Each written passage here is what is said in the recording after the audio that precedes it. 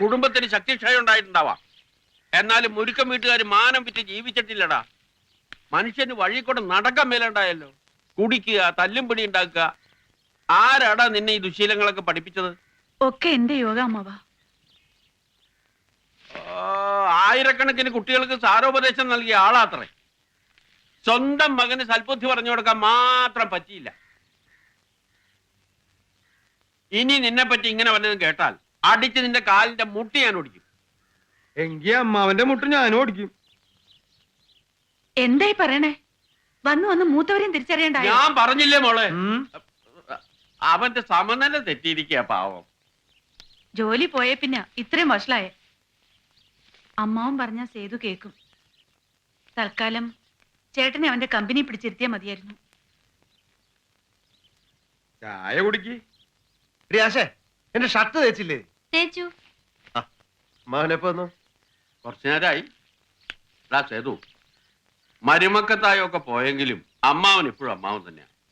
അതുകൊണ്ട് മറുത്തൊന്നും കൊണ്ട് പറയണ്ട. ഈ തല തിരിഞ്ഞവന് നീ നിന്റെ കമ്പനി കൊണ്ടുവന്ന് നിർത്തണം. ഒന്നും ഇങ്ങോട്ട് പറയണ്ട, പറയണ അങ്ങോട്ട് അനുസരിച്ചാ മതി. മാസം തികയുമ്പോ എന്തെങ്കിലും ഒന്നൊരു ശമ്പളമായിട്ട് കൊടുത്തേക്കണം, അത് മതി. എനിക്ക് കുറച്ച് ജോലിയുണ്ട്.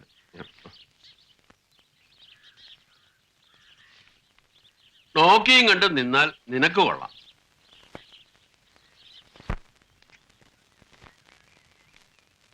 മുതലാളിക്കൊരു കത്തുണ്ട്. അഡ്രസ് എഴുതിയ കൈപ്പട കണ്ടിട്ട് മറ്റേ കത്താണെന്ന് തോന്നുന്നു. ഏത് മറ്റേ കത്ത്? നീ വന്നേ, നീ വരാൻ. നീ എന്താടാ ആളുകളുടെ മുമ്പിൽ വെച്ച് മോന്തോണ്ട് ഡാൻസ് കാണിക്കുന്നത്? ഇത് മറ്റേ കത്താണോ മറച്ച കത്താണോ എന്ന് ഞാൻ തീരുമാനിച്ചോളാം. കൂടുതൽ സ്വാതന്ത്ര്യം എടുക്കണ്ട കേട്ടോ.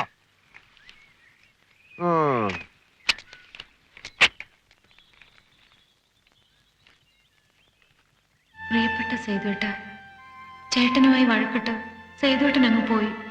എന്റെ സ്ഥിതി എന്തായിരിക്കും സേതുവേട്ടൻ ആലോചിച്ചോ? ഒരു ആശ്വാസവാക്കെങ്കിലും പറയണമെന്ന് തോന്നിയില്ലല്ലോ. ഞാൻ ഉരുകി ചത്തുപോട്ടെന്നാണ്. ചേട്ടൻ എനിക്ക് വേറെ കല്യാണം ആലോചിക്കുകയാണ്. ഒന്ന് വേഗം വരൂ എന്റെ സേതുവേട്ട. ഇനി സേതുവേട്ടൻ വരുന്നതും പ്രതീക്ഷിച്ച് ഞാൻ എന്നും നമ്മുടെ ആ പഴയ അടിയോടിയുടെ വാഴത്തോപ്പിൽ കാത്തു നിൽക്കും.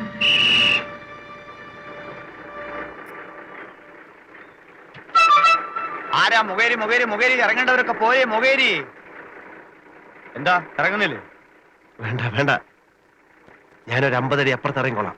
ഇനി പരുത്തിക്കോട്ടെ വണ്ടി നിർത്തൂ. ഇറങ്ങണം ഇറങ്ങണം. ഞാൻ വേറെ ടിക്കറ്റ് എടുത്തോളാം. 50 അടിക്കോട് വേറെ ടിക്കറ്റ് ഒന്നുമില്ല. ഇറങ്ങണം. ഞാൻ പരുത്തിക്കോട്ടേക്ക് ടിക്കറ്റ് എടുത്തോളാം. ഒരു കോട്ടയിൽ ഇറങ്ങണം. താനിവിടെ ഇറങ്ങിയാൽ മതി. ഇറങ്ങണോ? ഇറങ്ങാനല്ലേ പറഞ്ഞു? ഞാൻ പരുത്തിക്കോട്ടേക്ക് ഒന്നും പറയണ്ട. ഇവിടെ ഇറങ്ങി താനം കൊണ്ട് നടന്നു പോളൂ. രാവിലെ മനുഷ്യനെ മെനക്കെടുത്താൻ ഒരു തോമയെ കയറിക്കോളൂ. ഞാൻ അങ്ങോട്ട് ഇറങ്ങൂ. ആ പോ.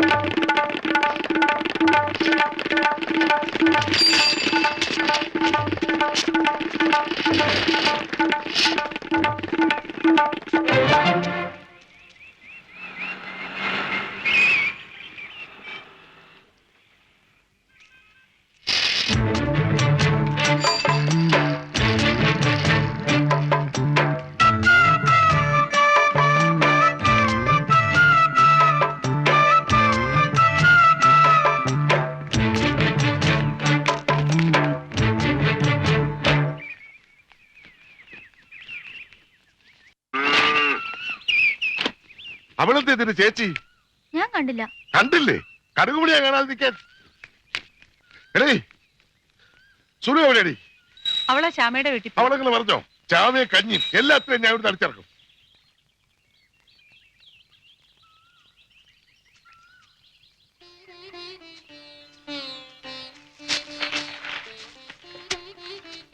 ഞാനിവിടെ ഉണ്ട്.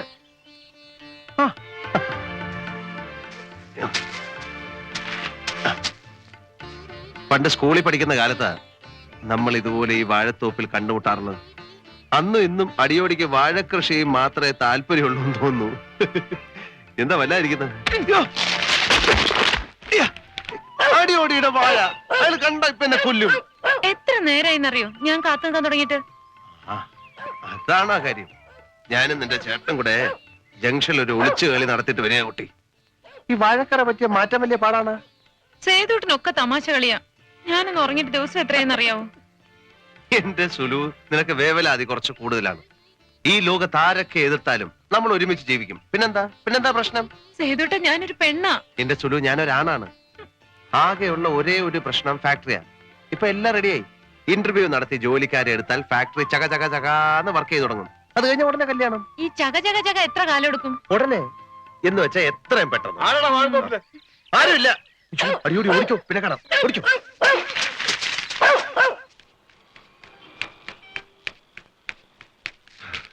എടോ, താൻ ആ മുരിക്കലെ സേതുവിനെ ഇവിടെ എങ്ങനെ കണ്ടോ? അതാ നിക്കണേ.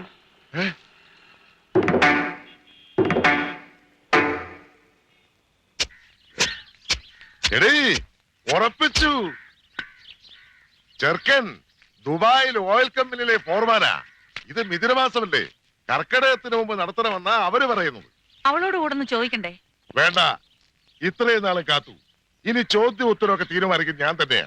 അത്രയധികം സ്നേഹാവനം ഉണ്ടായിരുന്നെങ്കിൽ പെരയിൽ നിറഞ്ഞ് ഓടി പൊളിച്ച് ഇവരോട് നിൽക്കത്തില്ലായിരുന്നു. 10 ദിവസത്തിനായി കല്യാണം ഞാൻ നടത്തിയിരിക്കും. ഈ ശിവരാമനാ പറയുന്നത്.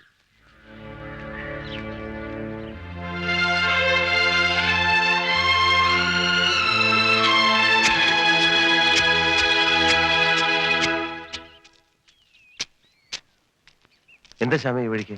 കാര്യങ്ങളാകെ കുഴപ്പത്തില. ആ. സുലു കരച്ചിലോട് കരച്ചില്. ഈ വരുന്ന 21-ാം തീയതി അവളുടെ കല്യാണം തീരുമാനിച്ചിരിക്കുക. അവളുടെ ചേട്ടൻ അവളെ ഏതാണ്ട് വീട്ടുതടങ്കിൽ വെച്ചിരിക്കുന്ന പോലെ 21-ന് മുമ്പ് എന്തെങ്കിലും ചെയ്തില്ലെങ്കിൽ ചത്തുകളയുമെന്ന് പറഞ്ഞിരിക്കുക. രക്ഷിക്കാന്ന് പറഞ്ഞ കല്യാണം അല്ല, ഇത്ര പെട്ടെന്ന് ഞാൻ ഇല്ലെങ്കിൽ ഒന്നുകിൽ അവള് ചാവും, അല്ലെങ്കിൽ വേറൊരാൾ അവളെ കല്യാണം കഴിക്കും. അതാണ് ഞാൻ എങ്ങനെയെങ്കിലും അവിടെ എത്തിക്കൊള്ളാന്ന് പറ. ഏതാ ഈ കുട്ടി? ഒന്ന് പോയേ. നിന്റെ വല്ല അവിഹിത ബന്ധാണോ? പണ്ട് ഞാനും അതായിരുന്നടാ. മനുഷ്യന് ഭ്രാന്ത് പിടിപ്പിക്കാതെ പോവാൻ. ഏതായി കൾച്ചറില്ലാത്ത ആള്? ശ്യാമ ഒന്ന് പോയെ, ഞാൻ എത്തിക്കൊള്ളാന്ന് പറ. ശ്ശോ, പ്രേമ പ്രേമ പ്രേമ നീ വന്നേ. എടാ, പാമ്പ് കടിച്ച എന്നെ ഇടിവെട്ടി.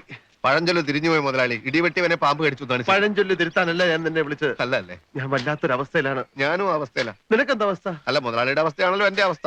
പ്രേമ വന്നേ. എന്താ? നിനക്ക് എന്നോട് സ്നേഹമുണ്ടോ? മുതലാളി, പഞ്ചസാരക്ക് മധുരമുണ്ടോ, കൈപ്പയ്ക്ക് കയ്പുണ്ടോ, ഉപ്പിന് ഉപ്പുണ്ടോ എന്നൊന്നും ചോദിക്കേണ്ട കാര്യമില്ല. നിനക്ക് എന്നോട് യഥാർത്ഥ സ്നേഹമുണ്ടോ പ്രേമ? 4 വർഷം മുമ്പ് പണിയന്വേഷിച്ച് ടൗണിലെത്തിയ ഞാൻ വിശന്ന് പൊരിഞ്ഞ് ഒരു പീഡികത്തിനെ കിടക്കുമ്പോ മുതലാളി എന്നെ വിളിച്ചുകൊണ്ടുപോയി ചോറ് വാങ്ങി തന്നു. പിന്നെ എനിക്ക് പണി തന്നു. ബാക്കിയൊന്നും ഞാൻ പറയുന്നില്ല. മുതലാളി ഇപ്പൊ ഇത് ചോദിക്കാൻ കാരണം? പ്രേമ, എനിക്ക് നിന്റെ സഹായം വേണം. മുതലാളി, ഞാൻ നന്ദിയുള്ളവനാ. ആ നന്ദി ഞാൻ എന്നും കാണിക്കും, എന്തും ചെയ്യും. പറഞ്ഞു. എനിക്ക് ഞാനൊരു കല്യാണം കഴിക്കണം മുതലാളി. അല്ല, ഇതിൽ കുറച്ച് പ്രശ്നങ്ങളുണ്ട്. ഉണ്ടാവട്ടെ. അതൊരു രജിസ്റ്റർ മാരേജ് ആയിട്ടേ നടക്കൂ. അങ്ങനെ നടന്നാ മതി. അത് നടക്കണമെങ്കിലേ രജിസ്റ്റർ ഓഫീസിൽ പോണം. അതല്ല, വീട്ടുകാർക്കൊക്കെ എതിർപ്പാ. അപ്പൊ ആരും കാണാതെ അവളെ കടത്തിക്കൊണ്ട് വരണം. കടത്തിക്കൊണ്ട് വരണം മുതലാളി. ഒറ്റയ്ക്ക് അത് ചെയ്യാൻ എനിക്ക് ധൈര്യമില്ല. അതിനാ എനിക്ക് നിന്റെ സഹായം ആവശ്യം. സോറി മുതലാളി, ഇക്കാര്യത്തിന് എന്നെ കിട്ടില്ല. പ്രേമ, നീയല്ലേ പറഞ്ഞത് നന്ദി ഉണ്ട്, എന്ത് സഹായം വേണേലും. പക്ഷെ ഇത് പറ്റില്ല. അന്ന് ആ കുട്ടിയുടെ കത്ത് വന്നപ്പോ മുതലാളി പറഞ്ഞു, മറ്റേ കത്താണോ മറച്ച കത്താണോ എന്ന് മുതലാളി തീരുമാനിച്ചോളാമെന്ന്. അധികം സ്വാതന്ത്ര്യം എടുക്കരുത് എന്ന് താക്കീതും ചെയ്തു. അതന്ന് അങ്ങനെ. അല്ല, ഞാൻ വേറെ എന്തും ചെയ്യാം. എനിക്കന്ന് അത്രക്ക് ഫീൽ ചെയ്തു മുതലാളി. Sorry Prema, I am really sorry. നീ ഈ കാര്യത്തിൽ എന്നെ ഒന്ന് സഹായിക്കില്ലേ പ്ലീസ്? അപ്പോ എനിക്ക് സ്വാതന്ത്ര്യം എടുക്കാം. നീ അവളെ കടത്തിക്കൊണ്ടുവന്ന് കല്യാണം കഴിപ്പിച്ച് വീട്ടിൽ കയറ്റുന്നവരെയുള്ള കാര്യം പ്ലാൻ ചെയ്തോ? ഓക്കേ.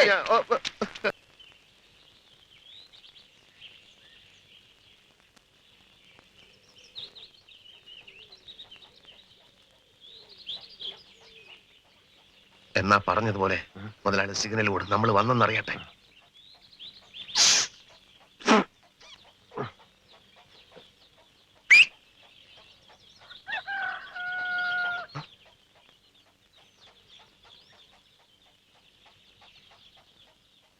ഈ 12 വയസ്സുള്ള കൊച്ചിനെയാണോ മുതലാളി 13 വർഷമായിട്ട് പ്രേമിക്കുന്നത്? അതല്ലടാ, അതവളുടെ അനിയത്തിയ. ദേ അവള് വന്നു. നീ പോയി തട്ടിക്കൊണ്ടുവാ. പിന്നൊരു കാര്യം, ശിവരാമേട്ടനെ ഈ നാട്ടിൽ എല്ലാവർക്കും അറിയാം. അതിൽ നന്നായിട്ട് ഞങ്ങൾ തമ്മിലുള്ള പ്രശ്നം അറിയാം. അതുകൊണ്ട് അവളെയും കൂട്ടി റോഡ് വരെ നടക്കുന്ന വിഷമമാണ്. ഉത്തരത്തിലുള്ള എടുക്കുകയും വേണം, കക്ഷത്തിലുള്ളത് പോകാൻ പാടില്ല എന്ന് പറഞ്ഞാൽ ഞാൻ ചെയ്യും. ഇവിടെ നിന്നോട് ഞാൻ എല്ലാം പ്ലാൻ ചെയ്യാൻ പറഞ്ഞു. എനിക്കിതല്ല സ്ഥിരം ജോലി. പ്രഭ, ഈ ലാസ്റ്റ് മിനിറ്റ് നീ എന്നെ കൈവിടരുത്. നീ എന്താ ആലോചിക്കുന്നത്? മുതലാളി, ലോകത്തിന്ന് വരെ ആരും കാണിച്ചിട്ടില്ലാത്ത ഒരു തറവേല ഞാനിപ്പോ ഇവിടെ കാണിക്കാൻ പോവാണ്. കൂടെ നിന്നോണം. നീ വേഗം കാണിക്കേ. എന്നാ കണ്ടോ.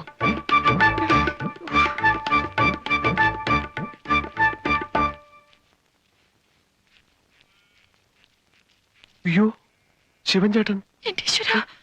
നമ്മൾ ചുമക്കുന്ന ഭാരത്തിന്റെ ചേട്ടനാണോ ഇത് മുതലാളി? അതേടാ. ഓ, വരുന്നത് വരട്ടെ മുതലാളി. മുമ്പോട്ട് വെച്ച കാൽ മുമ്പോട്ട് തന്നെ. അയാള് കണ്ടുപിടിച്ച ഇതിനെ ഇവിടെ ഇട്ടിട്ട് ഓടാം. ചുമ്മാ ഇരടി.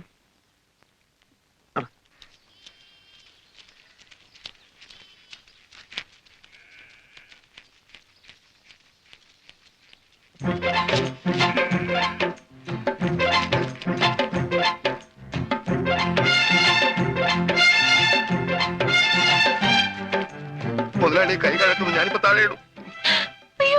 ചുമ്മാ ഇരടി. ഇട്ടാ ഞാൻ അവനെ കൊല്ലും. മുതലാളി, അയാൾ ഇപ്പോഴും പുറകെ ഉണ്ടോ? ഓടാ.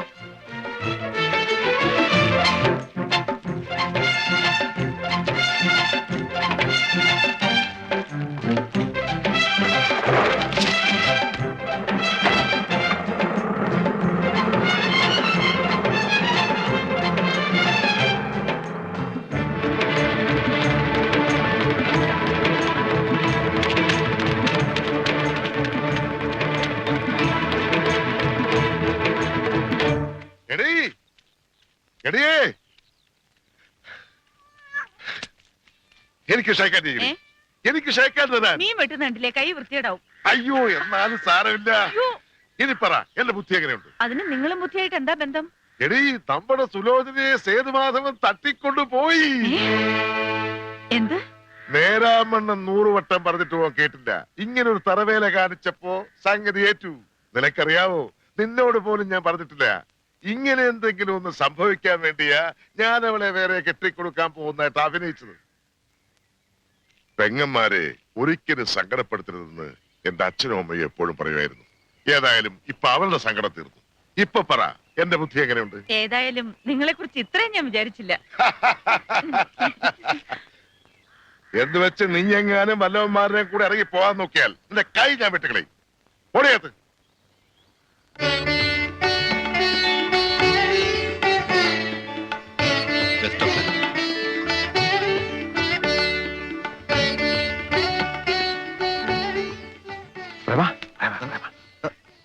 ഞാൻ കുറച്ച് മുമ്പ് ഇടക്ക് ആളറിയണ്ട. ഇനിയിപ്പോ ആളറിഞ്ഞാലും എന്ത് കുഴപ്പം? അല്ല, ശിവരാമേട്ടൻ ഞങ്ങളെ പിടിക്കാൻ വല്ല ഗുണ്ടകളെ അയച്ചിട്ടുണ്ടാവുന്നതിന്റെ പേടി. രജിസ്റ്റർ കഴിഞ്ഞില്ലേ? അത് കാര്യമില്ല. സാരി തലേ കൊടുത്തുള്ളൂ, ഞാൻ ഫ്രണ്ടിൽ നടക്കാം. സാരി തലേ കൊടുത്തുള്ളൂ. അല്ല മാം, അല്ലെങ്കിലേ നീ ആദ്യം വീട്ടിലോട്ട് നോക്ക്. അവിടെ വല്ല കുഴപ്പക്കാരുണ്ടെങ്കിൽ നമുക്ക് വേറെ വഴി അന്വേഷിക്കണം. മുതലാളി വരണം മുതലാളി. ഇനി വരുന്നിടത്ത് വെച്ച് കാണാം. പ്രേമം വരുന്നേ, ഒന്നും സംഭവിക്കില്ല. ഞാനില്ലേ കൂടെ. ആണോ? വരണം. നിർത്ത്, നിർത്ത്, നിർത്ത്. അയ്യോ. വാ. എന്താ? ഞാൻ പറഞ്ഞില്ലേ, ഏതാ നോക്ക്, ഗുണ്ടകൾ എത്തിക്കഴിഞ്ഞു. അതെ, ഗുണ്ടകൾ തന്നെ. എങ്കിൽ പിന്നെ ഞാനിവിടെ നിൽക്കാം. മുതലാളി അങ്ങോട്ട് ചെല്ല്. എന്നിട്ട് എന്തായാലും മുതലാളിക്ക് വീട്ടിൽ പോയല്ലേ പറ്റൂ. ഇന്നായാലും നാളെ ആയാലും ഈ കേസിൽ ഒരു അടിപിടി ഉറപ്പാ. അത് എത്രയും പെട്ടെന്ന് കഴിഞ്ഞു കിട്ടിയാൽ സമാധാനത്തോടെ കിടന്നിറങ്ങാലോ. മനസാക്ഷി ഇല്ലാത്തവനെ, ദ്രോഹി, എന്റെ കൈയും കാലും അവന്മാർ അടിച്ചോടിക്കുന്ന കാണണമല്ലടാ. ധൈര്യമില്ലെങ്കിൽ പിന്നെ എന്തിനാ ഈ മാതിരി പീറ കേസിന് ചാടി പുറപ്പെട്ടത്? നിർത്തടാ. അയ്യോ, നിർത്തടാ. നീ എന്നോട് കുറച്ചെങ്കിലും നന്ദിയുള്ളവരാണെങ്കിൽ നീ എന്ത് ഗുണ്ടകളോട് പറ, അവർ കല്യാണം കഴിഞ്ഞ് പിന്നെ ബോംബെക്ക് പോയി 2 വർഷം കഴിഞ്ഞാൽ തിരിച്ചു വരുമെന്ന്. ഗുണ്ടകള് മണ്ടന്മാരാണെങ്കിൽ ഈ കഥ വിശ്വസിക്കും. നീ എന്ന് പറയടാ. ചെല്ലേ. കട്ടവനെ കിട്ടിയില്ലെങ്കിൽ കിട്ടിയവനെ തട്ടുന്ന ടൈപ്പ് ചില ഗുണ്ടകളുണ്ട്. എന്നെ അവന്മാർ. നിന്നെ ആരറിയാൻ? നീ എന്തത്ര ഫേമസ് ഒന്നും അല്ലല്ലോ. പ്രേമ ചെന്ന് പറ പ്ലീസ്. നീ പറഞ്ഞ അവര് കേൾക്കും.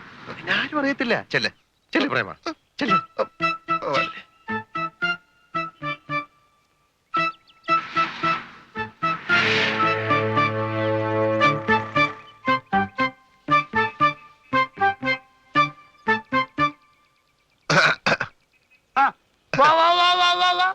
കുറുപ്പേട്ടനെന്താ ഇവിടെ?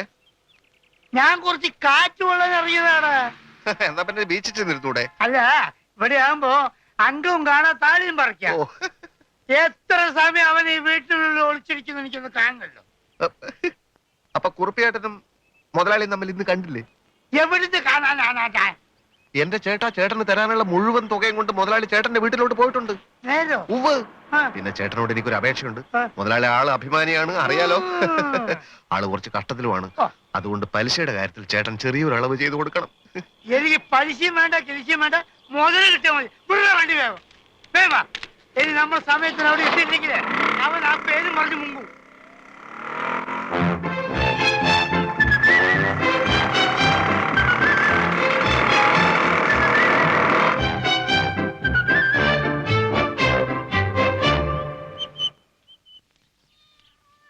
എന്താ എന്നെ രക്ഷിക്കണം വലിയ മുതലാളി. എന്താ സേവ് നിന്നെ പിരിച്ചു വിട്ടോ? എന്റെ വീട്ടിൽ നിന്ന് എന്റെ അച്ഛനും അമ്മ എന്നെ പിരിച്ചു വിട്ടു. ഓ, നീ അവരെ ധിക്കരിച്ച് വല്ലതും ചെയ്തു കാണും. എങ്കിൽ അവരെ കുറ്റം പറഞ്ഞിട്ട് കാര്യമില്ല. പറഞ്ഞിട്ട് കാര്യമില്ല. അതിനിപ്പോ ഞാൻ എന്താ ചെയ്യേണ്ടത്? എന്റെ സങ്കടം പറയാൻ എനിക്ക് വേറൊരു സ്ഥലമില്ല വലിയ മുതലാളി.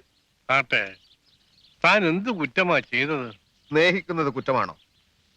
നോക്കിയും കണ്ടും സ്നേഹിച്ചില്ലെങ്കിൽ സ്നേഹവും ഒരു കുറ്റമായെന്ന് വരും.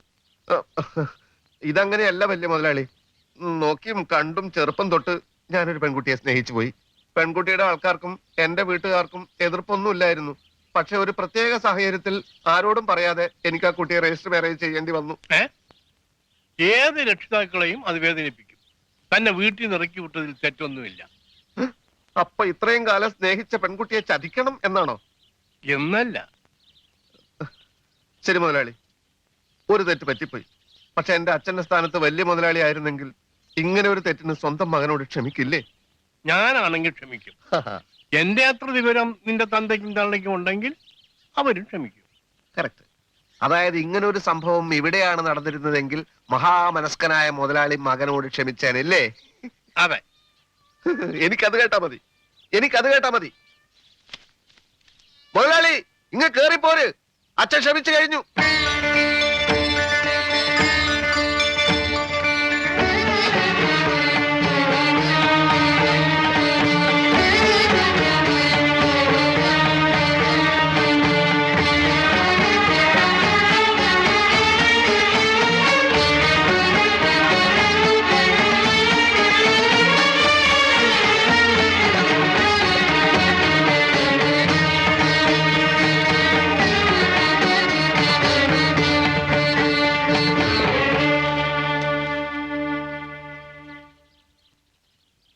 മറ്റൊരു മാർഗവും ഇല്ലാതായി പോയി അച്ഛ.